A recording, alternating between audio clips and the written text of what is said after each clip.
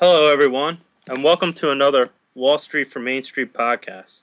Today we have a returning guest, Jordan Roy-Byrne from the Daily Gold. Jordan, welcome back. Hey, John. Thanks for having me. How are you? Okay. It's great.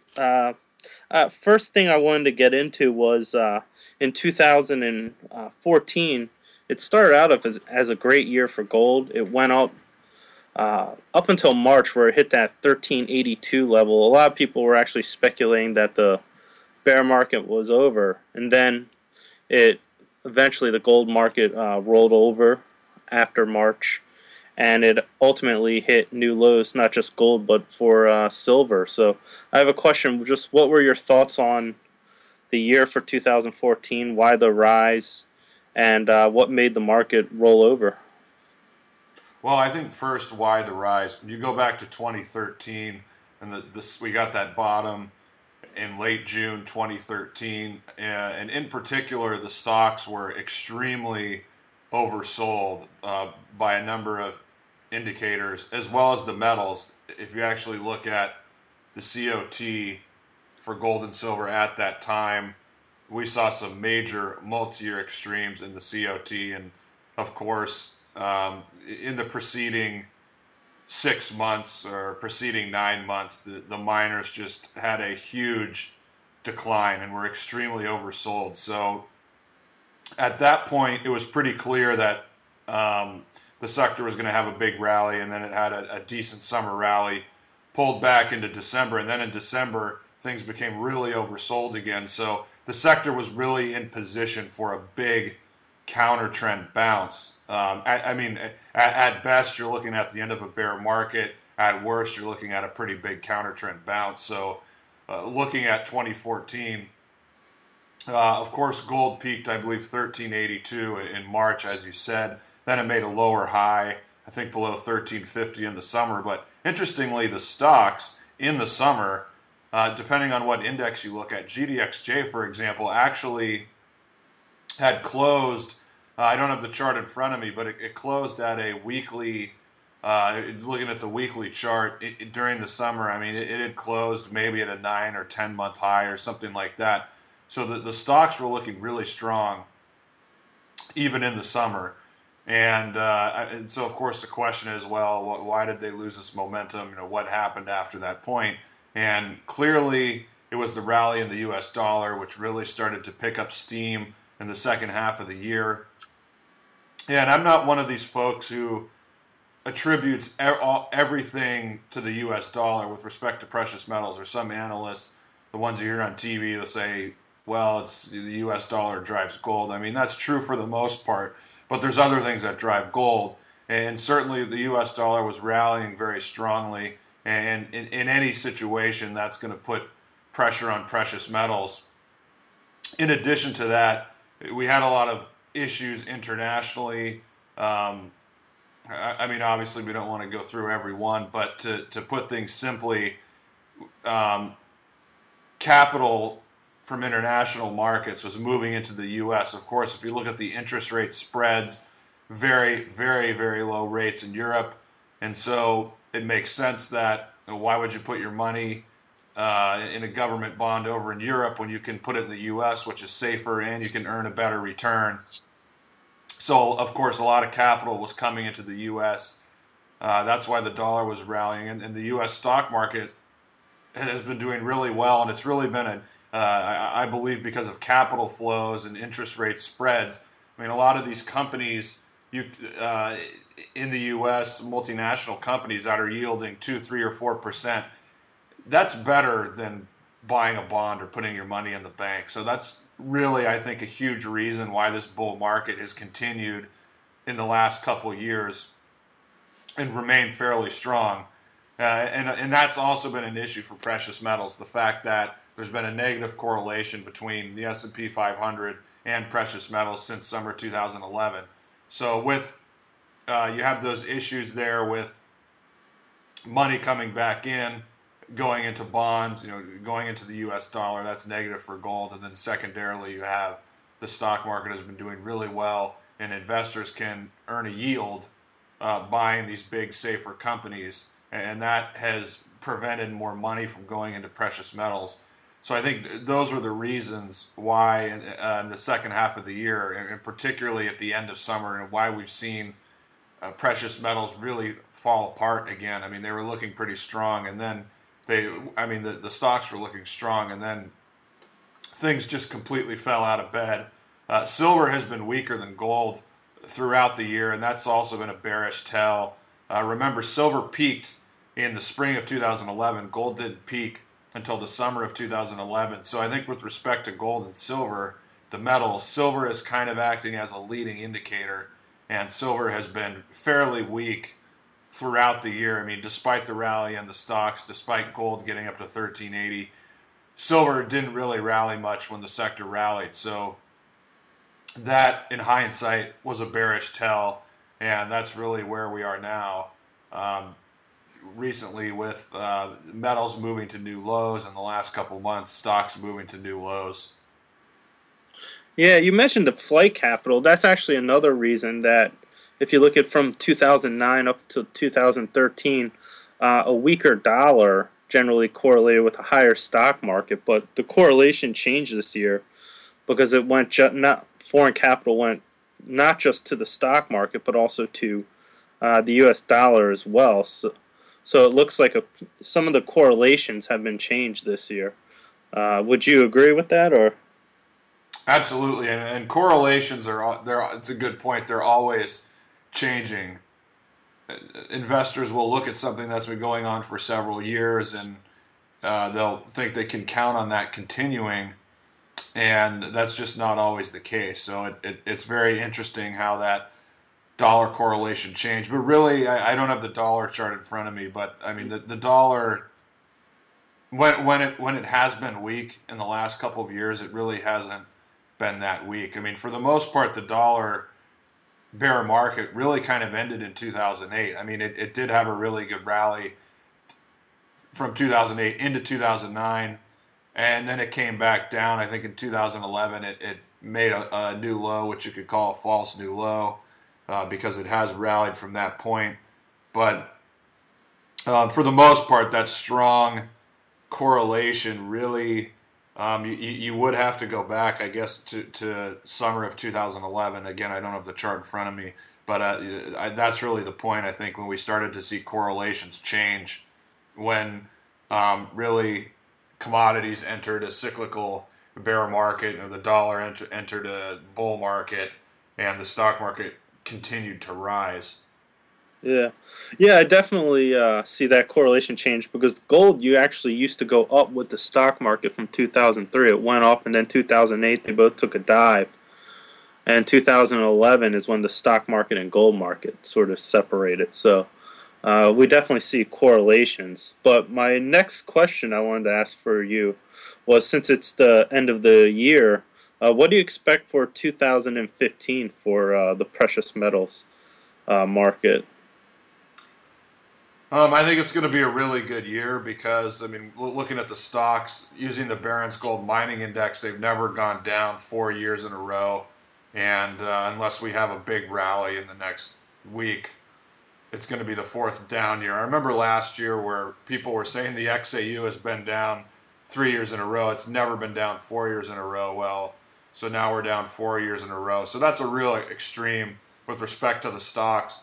And looking at everything I try and look at to analyze and project what might happen, I can't make a case for the bear market continuing for more than, let's say, 3, 4, or 5 more months. Just looking at everything I look at,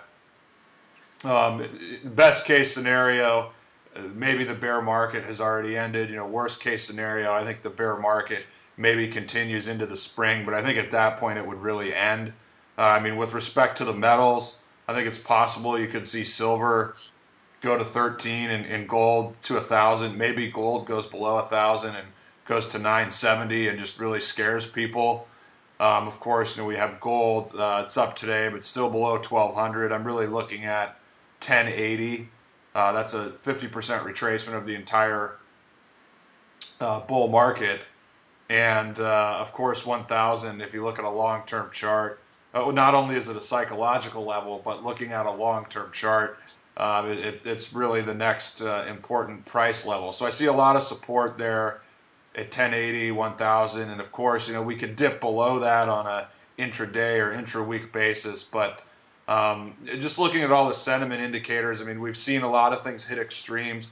The one thing that didn't hit extremes in the last month or two is the COT.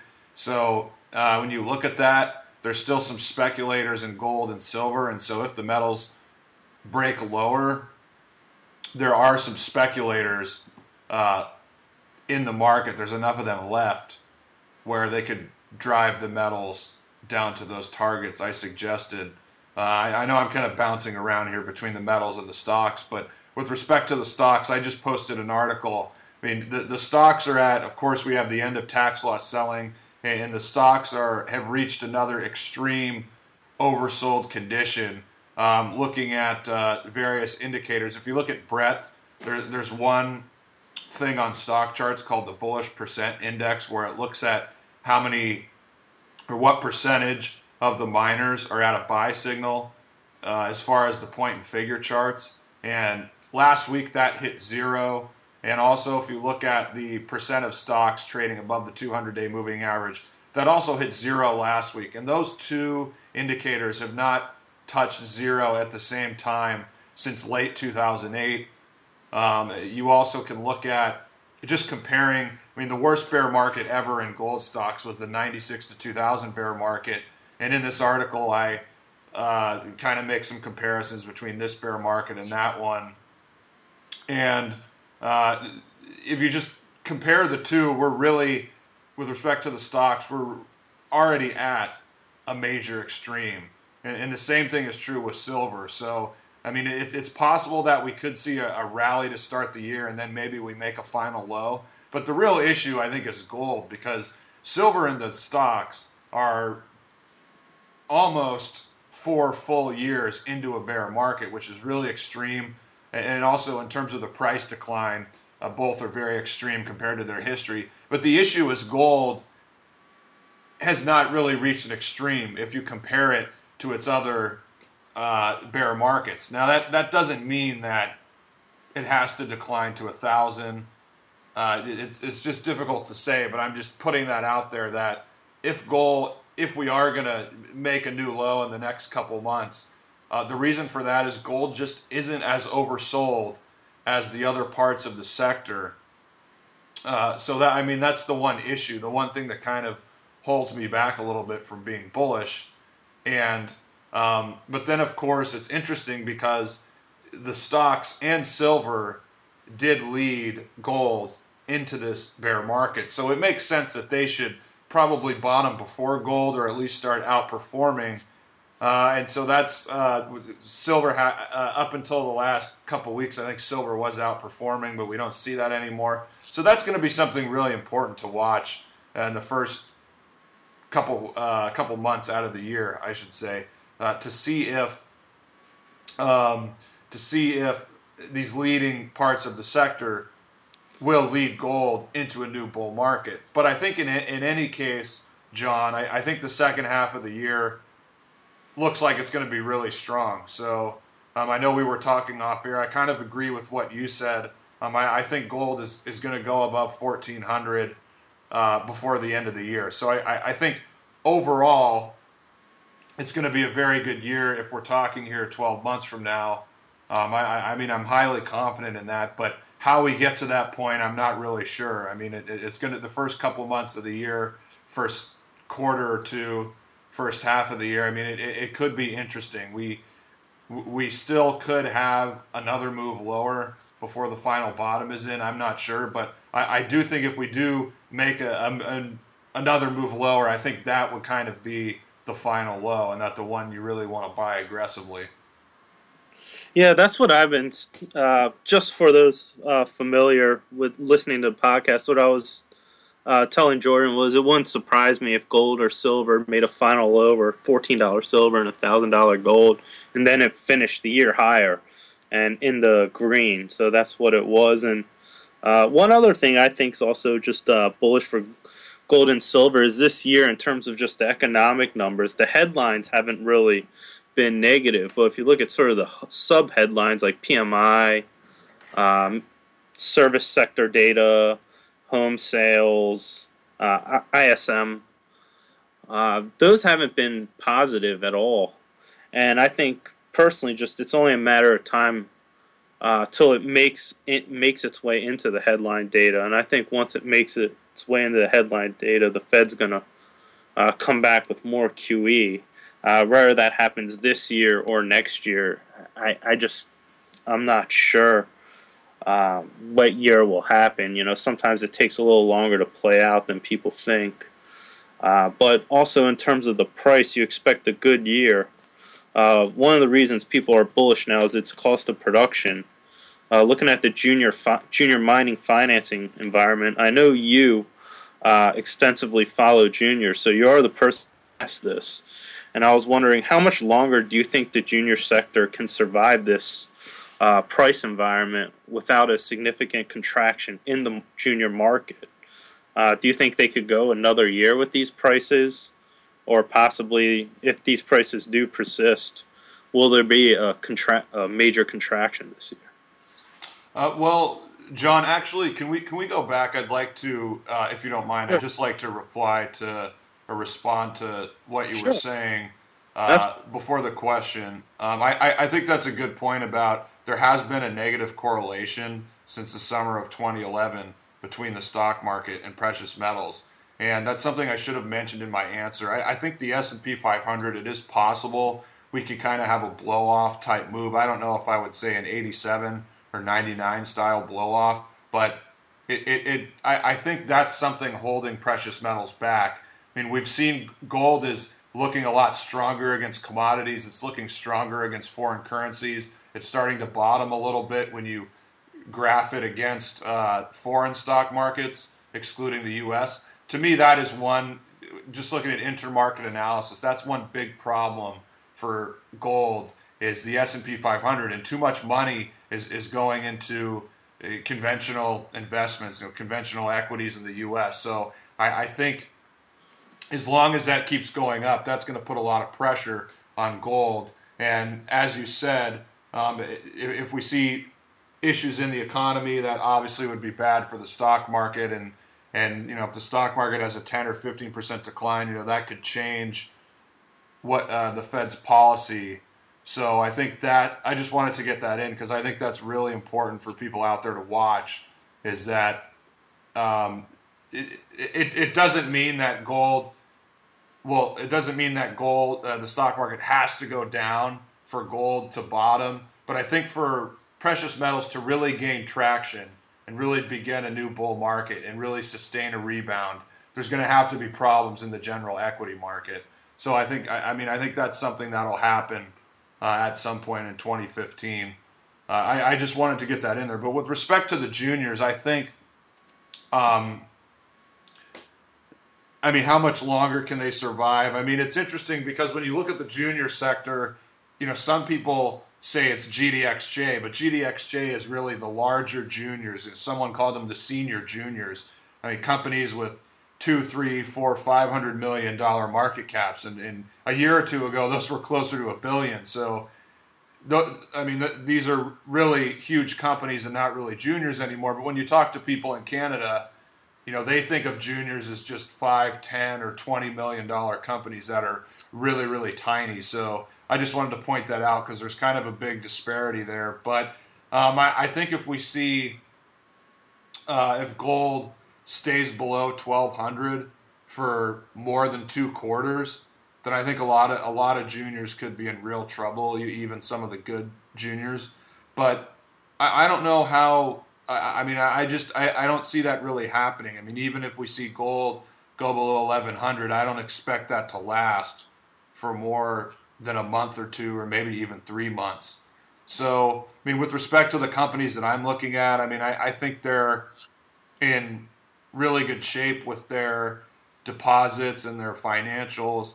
Certainly there's a lot of juniors that are struggling to survive, and obviously, if we saw the gold price stay below 1200 for, I would say, 3 quarters, well into next summer, then I think you would see kind of the lower hanging fruit, which have been holding on for dear life for the last year or two. I think you can start to see some of them die off. But as far as the quality juniors that I look at, I think they're going to survive just fine. I don't think they're going to have many issues. I mean, when it comes to investing in juniors, you really need to be a stock picker and try and build your own GDXJ, I guess you could say, of your favorite 5 or your favorite 10 companies, because picking the best ones will really outperform just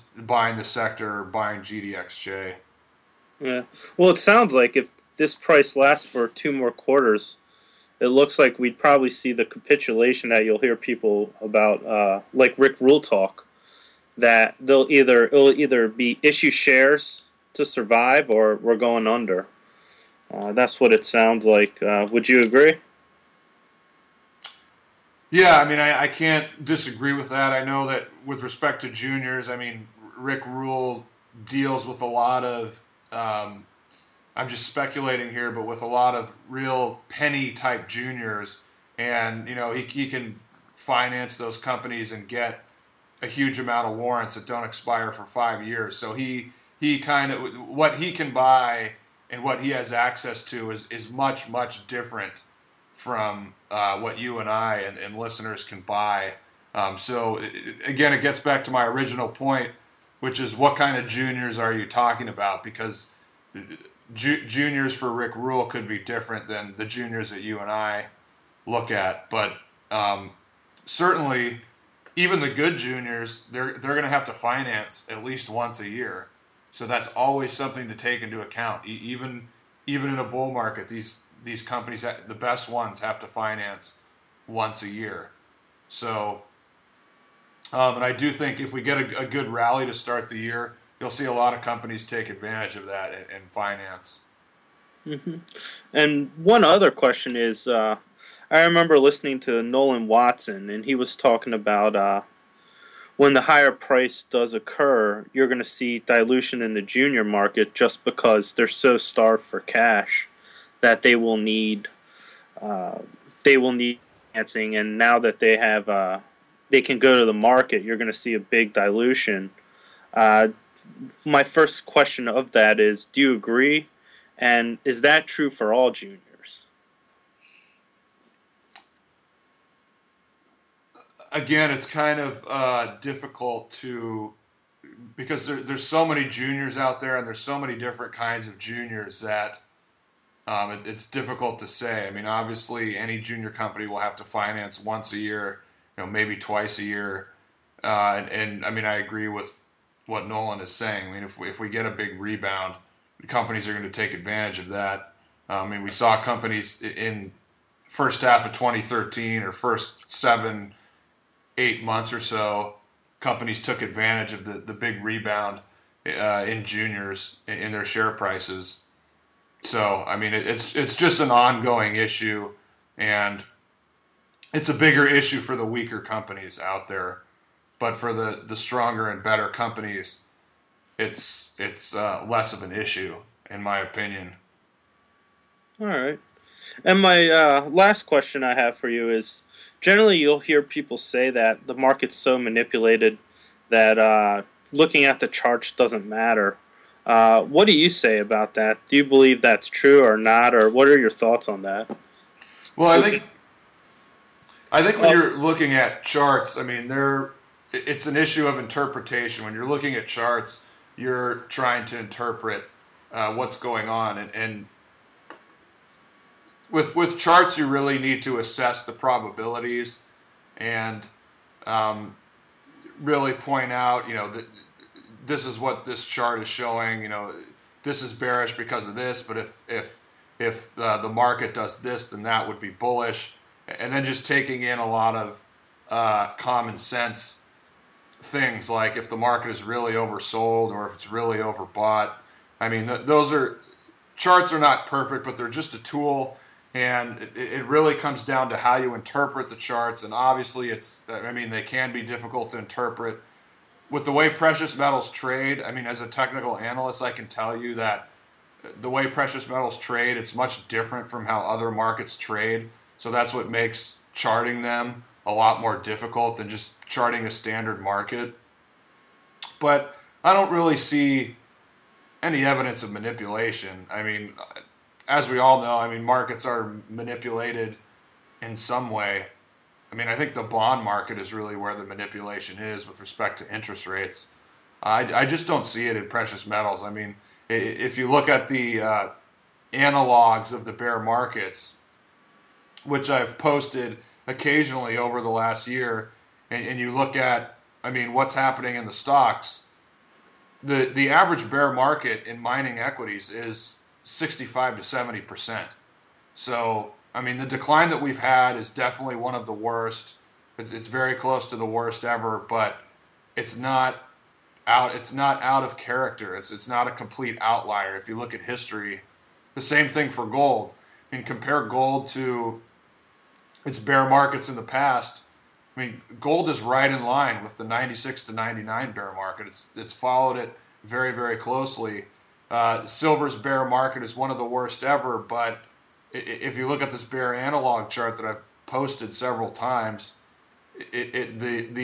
just the path of the bear market, how long it's lasted, its decline in terms of price, it's on track. It doesn't appear like something that's a complete outlier relative to its history. So if you look at these types of things, there's really no evidence of manipulation. And I'll even go one deeper. When I plotted the best cyclical bull markets in gold on the same scale, 4 or 5 of them, it's interesting because when you look at the '08 to '11 and the '05 to '08 moves in gold, they actually stopped at a very similar point on the scale, and that was the point when the 76 to 80 bull market started to go parabolic. So, I know it's difficult to visualize if you don't have the chart in front of you, but in looking at, in analyzing markets and these types of things, you really have to look at the history, look at the data, and just from doing that, I don't see any evidence of manipulation. Remember, gold had a very strong move from 2001 to 2011, and it didn't even have a multi-year bear market. The worst it had was a 30% decline in 2008 for 6 or 7 months. So, and this is where Jim Rogers and his experience really comes into play. He was saying that gold is going to have a bear market. It might go down 50% because it's basically gone up for 10 years, and that's never happened before. So it's going to have a big correction. It's going to have a long correction. And, that was just common sense from his sense of market history and just looking at markets from a historical standpoint and what happens and what they do after big rises and so on and so forth. So considering all those things, I don't see any manipulation in precious metals. I see manipulation in the bond market, and I would just urge people to, I don't really like how people complain about manipulation. If you know there's manipulation or you think there's manipulation and you can predict what's happening, well, then make money off of it rather than complain about it. That's my thought on that. Yeah. I definitely agree that I think some people that use manipulation sort of use it as a cop-out for being wrong. I definitely do see that. But I agree with your interest rates. I think those are the most heavily manipulated. I don't even think there's a argument for that. And you brought up a valid point. When something goes up that big and that fast, went from roughly 2008, its low of 700 to 1900, it is due for a correction. And if you look at the move from 250 to 1900 over 11 years without really a down year, in any market, not just gold and silver, there is a correction due. And my last thing is just if people want to find out more about you, how they can subscribe to your newsletter and do business with you, how can they do so? Well, thanks, John. They can go to thedailygold.com. That's my website. I have a premium newsletter. I also have a free newsletter. In the top right corner, you can just put your email in the box there, and you can get my free newsletter. And I kind of give out samples every week from my premium updates, and you can kind of get a feel for what I do and how I do it. And we focus on precious metals, focus on market timings, a lot of technical work, but I also focus on